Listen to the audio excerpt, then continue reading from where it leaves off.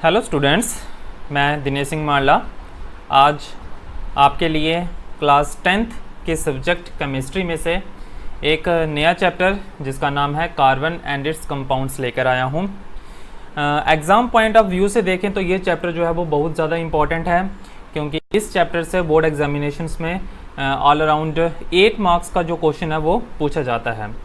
तो हमारी इस वीडियो को आप शुरू से लेकर लास्ट तक ज़रूर देखिए, सो दैट आप इस चैप्टर जो केमिस्ट्री का जो चैप्टर है, जो बहुत ही इम्पॉर्टेंट चैप्टर है, उसको आप ध्यान से समझ सकें।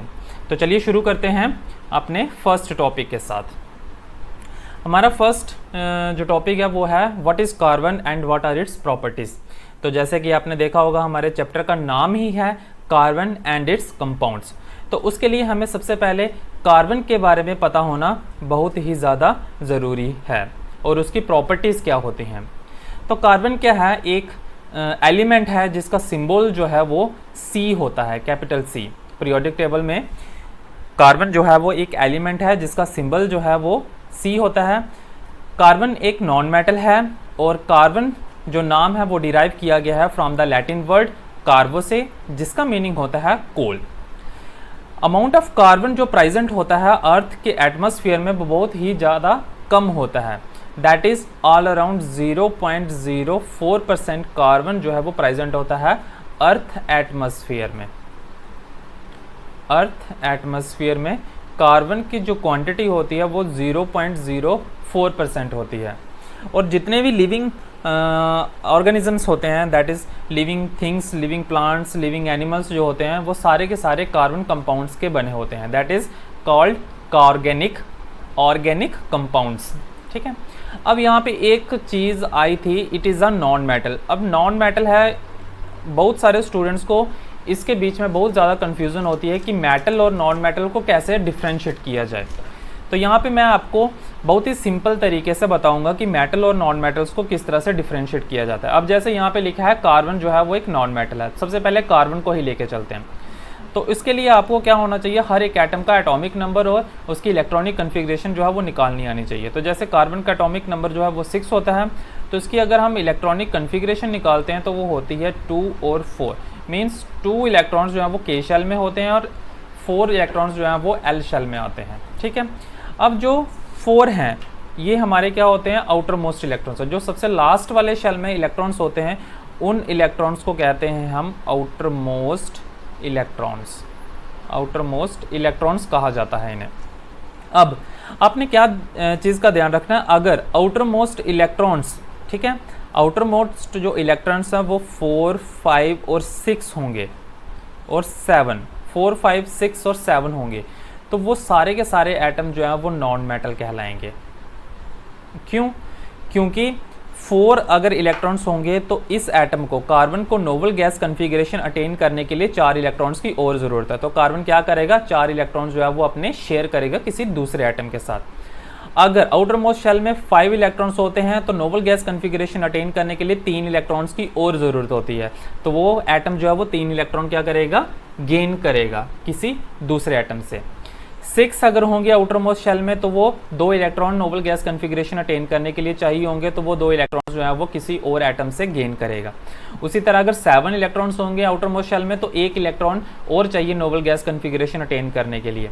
तो यहाँ पे देखिए एक चीज़ सब में कॉमन आ रही है, वो क्या है कि अगर इलेक्ट्रॉन्स गेन होंगे तो वो सारे के सारे क्या कहलाएंगे, नॉन मेटल्स। तो इनको हम कहेंगे नॉन मेटल्स। ठीक है। इसी तरह से अगर आउटर मोस्ट शेल में इलेक्ट्रॉन्स जो हैं वो 1, 2 अगर 3 रहेंगे तो वो सारे के सारे क्या कहलाएंगे, आपके मेटल्स कहलाएंगे। तो ये डिफ्रेंशिएट आप इजीली से कर सकते हैं मेटल्स और नॉन मेटल्स के बारे में। तो हमने क्या पढ़ा यहाँ पे, कार्बन क्या है, हमारा एक नॉन मेटल है और ये डिराइव किया गया है फ्रॉम द लैटिन वर्ड कार्बो, जिसका मीनिंग क्या होता है, कोल। चलिए आगे नेक्स्ट स्लाइड पे चलते हैं, प्रॉपर्टीज़ ऑफ कार्बन के बारे में कि कार्बन की प्रॉपर्टीज़ क्या होती हैं। सबसे फर्स्ट प्रॉपर्टी जो आती है कार्बन की वो है एटॉमिक नंबर। कार्बन का जो एटॉमिक नंबर होता है वो होता है 6 और उसकी इलेक्ट्रॉनिक कन्फिग्रेशन होती है 2 और 4। 2 जो है वो K शेल में इलेक्ट्रॉन्स होते हैं और L जो है 4 इलेक्ट्रॉन्स जो है वो L शेल में आते हैं। मीन्स 2 ही शेल इसमें होते हैं, वो भी पूरी तरह से फिल नहीं होते, क्योंकि यहाँ पे आउटर मोस्ट इलेक्ट्रॉन जो है वो 4 हैं। तो नोबल गैस कन्फिग्रेशन अटेन करने के लिए कार्बन को 4 इलेक्ट्रॉन्स की और ज़रूरत होती है। तो अगर 4 इलेक्ट्रॉन्स की और ज़रूरत होगी तो उसकी वजह से इसकी वैलेंसी क्या आएगी, 4। तो 4 is the valency of carbon. ठीक है, तो थर्ड प्रॉपर्टी आ गई इसकी कि कार्बन की वैलेंसी जो है वो कितनी होती है, 4 होती है। नेक्स्ट प्रॉपर्टी आती है हमारी सेल्फ कम्बिनेशन, या फिर उसको कह सकते हैं कैटिनेशन। तो कैटिनेशन क्या होता है, ये एक प्रॉपर्टी होती है कार्बन की, जो कार्बन एटम, जितने भी कार्बन एटम होते हैं वो अगर एक दूसरे के साथ कंबाइन करते हैं और एक लॉन्ग चेन बनाते हैं तो उस प्रॉपर्टी को हम कहेंगे कैटिनेशन। तो ये 4 मेन कार्बन की प्रॉपर्टीज़ होती हैं जो आपने नोटबुक पे उतारनी है और अच्छे से इनको याद रखना है। तो जो भी स्टूडेंट्स इस वीडियो को देख रहे हैं वो इस वीडियो को शुरू से लेकर लास्ट तक ज़रूर देखें, क्योंकि इसमें हम बहुत सारे इंपॉर्टेंट टॉपिक्स जो हैं वो कवर करने वाले हैं। अब सबसे आगे हमारा टॉपिक आता है important topic, that is the allotropes of carbon. Allotropes of carbon क्या होते हैं?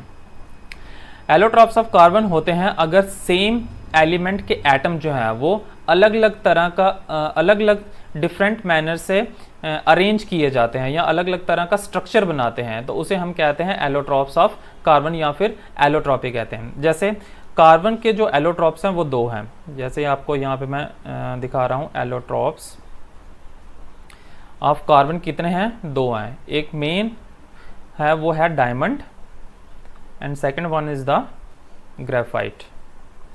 तो 2 एलोट्रॉप्स हैं कार्बन के, that is diamond and graphite. अब ये दोनों एलोट्रॉप्स क्यों हैं कार्बन के? क्योंकि डायमंड भी जो है वो कार्बन का बना होता है और ग्रेफाइट भी जो है वो कार्बन का बना होता है, दोनों कार्बन के बने होते हैं। लेकिन दोनों के स्ट्रक्चर जो है या फिर दोनों की अरेंजमेंट जो है वो डिफरेंट होती है। ये हम अपनी नेक्स्ट स्लाइड में आपको बताएंगे कि दोनों का स्ट्रक्चर किस तरह से रहता है और कौन से टाइप का रहता है। तो मेनली था हमारा एलोट्रॉप्स के बारे में कि कार्बन के एलोट्रॉप्स जो हैं वो ऐसे तो 3 होते हैं, लेकिन जो इंपॉर्टेंट हैं वो हैं आपके 2, डायमंड एंड ग्रेफाइट। डायमंड भी जो है वो कार्बन से बना है, ग्रेफाइट भी जो है वो कार्बन से बना है। तो सेम एलिमेंट से जो भी एटम्स जो है वो बनेंगे उसको हम क्या कहेंगे? एलोट्रॉप्स ऑफ कार्बन कहेंगे। चलिए नेक्स्ट स्लाइड पे चलते हैं। डायमंड के बारे में, डायमंड का स्ट्रक्चर क्या होता है, इसकी प्रॉपर्टीज़ क्या होती हैं और इसके यूजेस क्या क्या आएंगे। डायमंड जो है वो एक 3 डायमेंशनल नेटवर्क है जिसके बीच में जो बॉन्ड बनती है वो स्ट्रॉन्ग कोवेलेंट बॉन्ड बनती है। जैसे कि आप स्क्रीन के ऊपर देख रहे हैं, यहाँ पे मैंने कुछ ये सर्कल्स बनाए हुए हैं। ये क्या है? आपके कार्बन एटम्स हैं, कार्बन एटम्स। ठीक है, ये फर्स्ट कार्बन एटम, ये सेकंड कार्बन एटम, ये थर्ड, ये 4 कार्बन एटम और ये 5th कार्बन एटम। अब डायमंड में क्या होता है कि एक कार्बन एटम जो है वो 4 कार्बन एटम के साथ अटैच होता है या 4 एटम कार्बन एटम के साथ लिंक्ड होता है। अब जैसे ये फर्स्ट कार्बन एटम है तो ये 4 के साथ लिंक होगा। किस तरह से? एक ऊपर, एक ये नीचे इस वाले के साथ, ठीक है, एक और कहीं पे आ जाएगा, जैसे ये थर्ड और ये 4। यहाँ पे मैंने कार्बन एक बना दिया, यहाँ पे एक कार्बन और यहाँ पे एक कार्बन। तो ये एक कार्बन जो एटम है वो 4 अलग अलग कार्बन एटम के साथ लिंक होता है। उसी तरह से आगे वाला जो कार्बन होगा वो आगे 4 के साथ लिंक होगा, जैसे एक, ये फर्स्ट, ये सेकंड, ये थर्ड और ये वाला 4th। तो ये वाला जो कार्बन है ये भी 4 कार्बन एटम के साथ लिंक्ड है। तो ये होता है एक तरह का 3 डायमेंशनल नेटवर्क स्ट्रक्चर बनाता है कार्बन का। ठीक है, अब इसकी कुछ प्रॉपर्टीज़ होती हैं, नीचे भी आप देख सकते हैं, ये जो दिया है नीचे एक फिगर आपको बना के दी गई है। तो ये भी है एक स्ट्रक्चर है, 3 डायमेंशनल स्ट्रक्चर है डायमंड का। आगे पढ़ेंगे प्रॉपर्टीज़ के बारे में।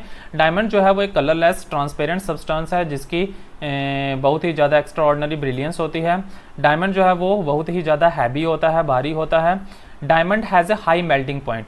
अब कितना मेल्टिंग पॉइंट होता है इसका? डायमंड को मेल्ट करने के लिए अराउंड 3500 डिग्री सेल्सियस का टेम्परेचर चाहिए होता है। इतना अगर टेम्परेचर देंगे तो ही इसके कार्बन और कार्बन के बीच में जो स्ट्रॉन्ग कोवेलेंट बॉन्ड है वो ब्रेक हो पाएगी, अदरवाइज ये जो बॉन्डिंग है वो ब्रेक नहीं हो पाती ना ना तो हम इसकी बॉन्डिंग को ब्रेक कर सकते हैं, जिसकी वजह से डायमंड जो है वो बहुत ही ज़्यादा हार्ड सब्सटेंस माना जाता है, बहुत ज़्यादा सख्त सब्सटेंस माना जाता है। क्यों?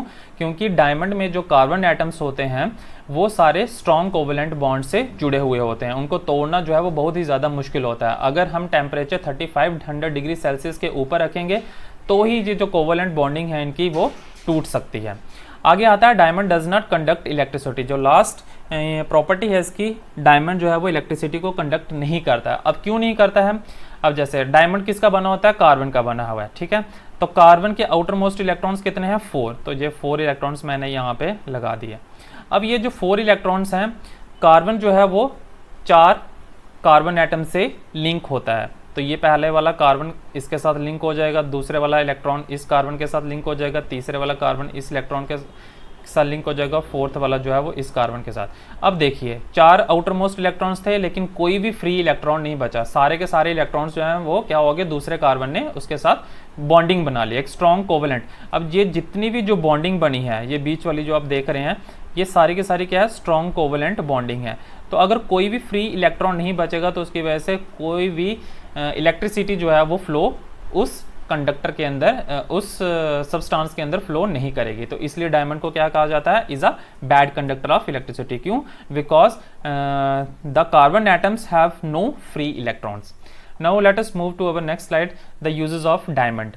डायमंड के यूज़ कहाँ पे किया जाता है? डायमंड का जो सबसे पहला यूज है वो कटिंग इंस्ट्रूमेंट्स के लिए यूज़ किया जाता है, like a glass cutters in rock drilling equipment में। दूसरा जो हमारा यूज़ है डायमंड का, that is used for making jewellery. And the third use of diamond is it is used as a sharp edge diamond by and used by the eye surgeons as a tool to remove cataract from the eyes. तो ये 3-4 important uses हैं diamond के, ये आपने अपनी notebook के ऊपर उतार लेने हैं। हम आगे बढ़ते हैं अपनी नेक्स्ट स्लाइड की ओर, जो है ग्रेफाइट के बारे में। अब डायमंड में आपने पढ़ा कि डायमंड का जो स्ट्रक्चर होता है वो एक क्या होता है? 3 डायमेंशनल स्ट्रक्चर होता है।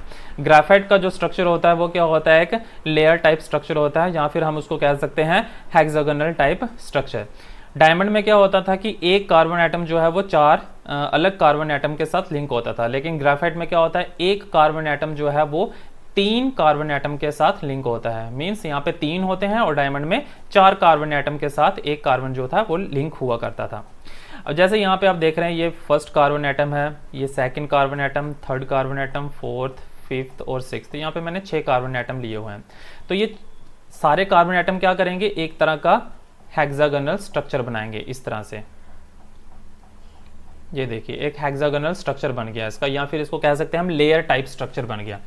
अब देखिए यहाँ पे एक कार्बन एटम जो है, जैसे ये एक कार्बन एटम है, ये 3 कार्बन एटम के साथ लिंक होता है। एक तो इसके साथ लिंक है, दूसरा इसके साथ लिंक है, और तीसरा किसके साथ लिंक होगा? ऊपर कहीं पे यहाँ पे लिंक हो जाएगा, ठीक है। उसी तरह अगर इसकी बात करें तो ये कार्बन एटम एक इसके साथ लिंक है, दूसरा इसके साथ लिंक है, और तीसरा यहाँ पे किसी तीसरे कार्बन एटम के साथ लिंक हो जाएगा। इसी तरह से अगर फॉर्मेशन जैसे नीचे देख रहे हैं, तो ये किस तरह की फॉर्मेशन बना रहा है? एक लेयर टाइप स्ट्रक्चर बना रहा है, ठीक है। ये देखिए नीचे फिर से एक लेयर बन गई, फिर यहाँ से 3 कार्बन एटम के साथ लिंक करेगा और एक लेयर बना देगा। तो इस तरह का जो स्ट्रक्चर है वो ग्रेफाइट का बनता है, एक लेयर टाइप स्ट्रक्चर या फिर हेक्सागोनल टाइप स्ट्रक्चर। या फिर सिंपल एग्जांपल मैं आपको बताऊं तो जैसे हमारी नोटबुक होती है, तो नोटबुक के पेजेस होते हैं, एक पेज के ऊपर दूसरा पेज, या फिर एक पेज के नीचे दूसरा पेज, फिर तीसरा पेज, फिर फोर्थ पेज। तो वो क्या बनी हुई है? एक लेयर बनी हुई है। तो उसी तरह की लेयर जो है वो ग्रेफाइट की बनी होती है, ठीक है। और ग्रेफाइट में जितने भी जो कार्बन एटम्स एक दूसरे से लिंक होते हैं, ये इनके बीच वीक फोर्स ऑफ अट्रैक्शन होती है। तो उसी वीक फोर्स ऑफ अट्रैक्शन की वजह से ग्रेफाइट जो है वो as a dry lubricant use किया जाता है इन द मशीन्स। अगर सिंपल और इसको सिंपल हम इसकी सिंपल डेफिनेशन बताएं तो जैसे हम पेंसिल लेते हैं, तो पेंसिल के अंदर जो लेड होता है वो हमारा क्या होता है? कि ग्रेफाइट होता है। तो जैसे ही हम पेंसिल के साथ नोटबुक के ऊपर लिखते हैं, तो जो नोटबुक के ऊपर लिखा हुआ है वो एक लेयर जो है वो नोटबुक के ऊपर रह जाएगी, और जो दूसरी लेयर है वो पेन की जो निब होती है उसके ऊपर वो दूसरी लेयर रह जाती है। इस तरह से हम कंटिन्यूसली अगर उसको लिखते जाएं तो एक के ऊपर एक लेयर जो है वो उसकी हटती जाएगी। तो इसलिए कहा जाता है कि ग्रेफाइट एक क्या है? लेयर टाइप स्ट्रक्चर है, या फिर हेक्सागोनल टाइप स्ट्रक्चर है। आगे चलते हैं यूजेस ऑफ ग्रेफाइट के बारे में। ग्रेफाइट का यूज़ कहाँ पे किया जाता है? तो जैसे कि मैंने आपको बताया कि ग्रेफाइट जो है वो एक ग्रेफाइट कार्बन एटम्स के बीच में जो बॉन्डिंग होती है वो वीक बॉन्डिंग होती है, तो जिसकी वजह से वो एक सॉफ्ट सब्सटेंस माना जाता है। ठीक है, तो ग्रेफाइट क्या होता है, एक सॉफ्ट सब्सटेंस होता है, तो जिसकी वजह से उसको मशीन्स में यूज़ किया जाता है एज अ लुब्रिकेंट। ग्रेफाइट जो है वो गुड कंडक्टर होता है इलेक्ट्रिसिटी का, जो सेकंड इसका यूज़ है। अब गुड कंडक्टर ऑफ इलेक्ट्रिसिटी क्यों होता है, जैसे देखिए कार्बन के पास 4 आउटर मोस्ट इलेक्ट्रॉन्स थे, तो ये 4 इलेक्ट्रॉन आउटर मोस्ट इलेक्ट्रॉन्स यहाँ पे मैंने डिनोट किए हैं, लेकिन ग्रेफाइट में एक कार्बन एटम जो है वो 3 कार्बन एटम के साथ लिंक होता है, तो ये यहाँ पे लिंक हो जाएगा दूसरे कार्बन के साथ, ये और ये 3 कार्बन एटम के साथ लिंक हो गया। अब बचा हमारे पास एक इलेक्ट्रॉन बच गया। अब ये जो एक इलेक्ट्रॉन है ये क्या होगा, फ्री रह गया ये इलेक्ट्रॉन, तो इसी फ्री इलेक्ट्रॉन की वजह से जो है वो ग्रेफाइट क्या करता है, कंडक्ट करता है इलेक्ट्रिसिटी को। Graphite is used for making carbon electrodes, graphite का यूज़ किया जाता है कार्बन इलेक्ट्रोड्स बनाने में। और फोर्थ जो यूज़ है ग्रेफाइट का वो है, graphite is used for making the course of our pencils. जो पेंसिल के अंदर लेड होता है वो किसका बना होता है, ग्रेफाइट का बना होता है। तो आई होप आज की वीडियो हमारी यहीं तक थी, जिसमें हमने आपको about allotropes, about diamond, graphite, उसकी प्रॉपर्टीज़ और यूजेस के बारे में बताया। नेक्स्ट हम वीडियोस जो है वो हाइड्रोकार्बन्स के ऊपर लेके आ रहे हैं, जो बहुत ही ज़्यादा इंपॉर्टेंट टॉपिक है हमारा एग्जामिनेशन पॉइंट ऑफ व्यू से, क्योंकि वो टॉपिक जो है वो मोस्टली हर 1 साल के बाद जो है वो एग्ज़ाम में पूछा जाता है। तो अगर आपको हमारे आज के इस वीडियो में कोई भी डाउट रहा हो तो हमें कमेंट ज़रूर कीजिए, हम आपके डाउट्स ज़रूर क्लियर करेंगे। और हमारी वीडियो को लाइक और शेयर करना ना भूलें, और हमारे यूट्यूब चैनल को सब्सक्राइब करना ना भूलें। Thank you so much and have a nice day.